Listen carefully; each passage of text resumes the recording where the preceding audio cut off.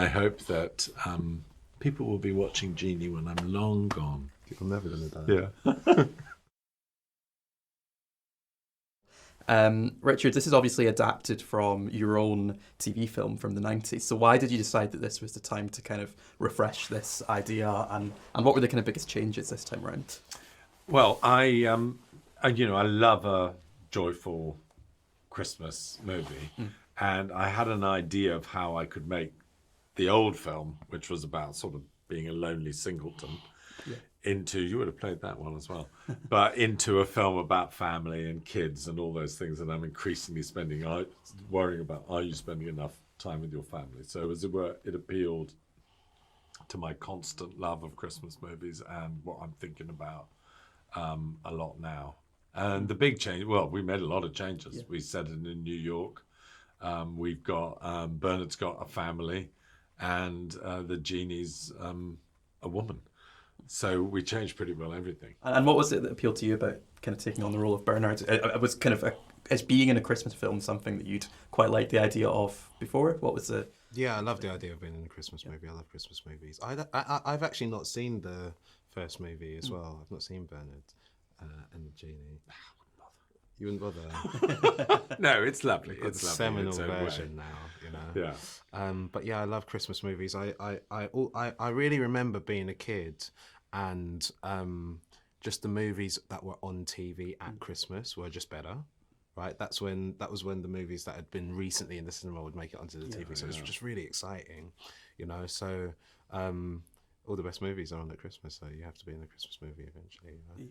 Is that part of the appeal, do you think, with, obviously you've got such a big history of Christmas films, is part of the appeal that you know that they're kind of going to be rewatched? I mean, obviously all good films are rewatched, but I think with Christmas films, it especially gets this time of year, and we're rewatching them. Is that something that appeals to them about you, Richard? Yeah, I mean, I think that is a nice rewatchability is a gift that sometimes, you know, sometimes you do work that's only relevant at that moment, but the shock of love actually is that it keeps popping up year after year. And I hope that people will be watching Genie when I'm long gone. I'm never going to die. Yeah. And Melissa McCarthy as the Genie, a really fun performance. What was it like working with her, and was there quite a lot of hilarity kind of on set? Yeah, she's quite funny, I guess. Like, got jokes. She she's amazing. She's incredibly full. She's full of ideas, you know. So Richard had written what was already an amazing script, and then from there onwards, it was like, how can we take this and augment it and add more to it, you know? And like Melissa's brilliant at that. She's like one of the great improvisers of our generation anyway. So like for me, that was it. There was the thing of like, we've got the script as it is at the start of the day, and then our director would kind of like unleash Melissa on it, and it was kind of like going toe to toe with that, which was brilliant. But like she's just she's singular actually in her ability to take a situation and just flip it on its head and make it funny. Yeah, I wish she did more Shakespeare, because Shakespeare's it's a bit repetitive. Oh yeah, predictable. Bangs on and on and on. Yeah. A bit of Melissa and Shakespeare would be wonderful. Hamlet. Come on, her as Gertrude.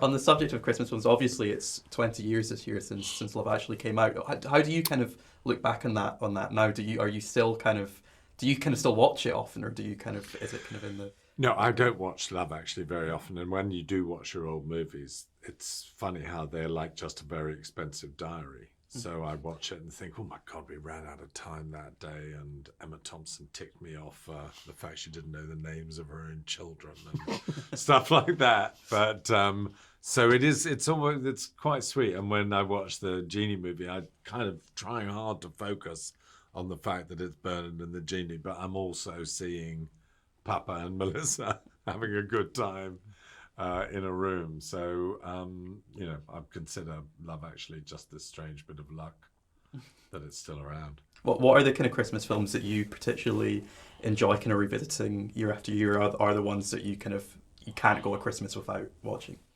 Can't go a Christmas without watching. But strong. I love Home Alone. Like, that was my favourite movie. I had it recorded on VHS, you know, so I would just like rewind over the bit where he like I think he gets an iron to his face and like slips over like the marbles, and I just think the physical comedy in that film is amazing, but also the feeling of like warmth and joy when the family get back together at the end is just like, it's incredible.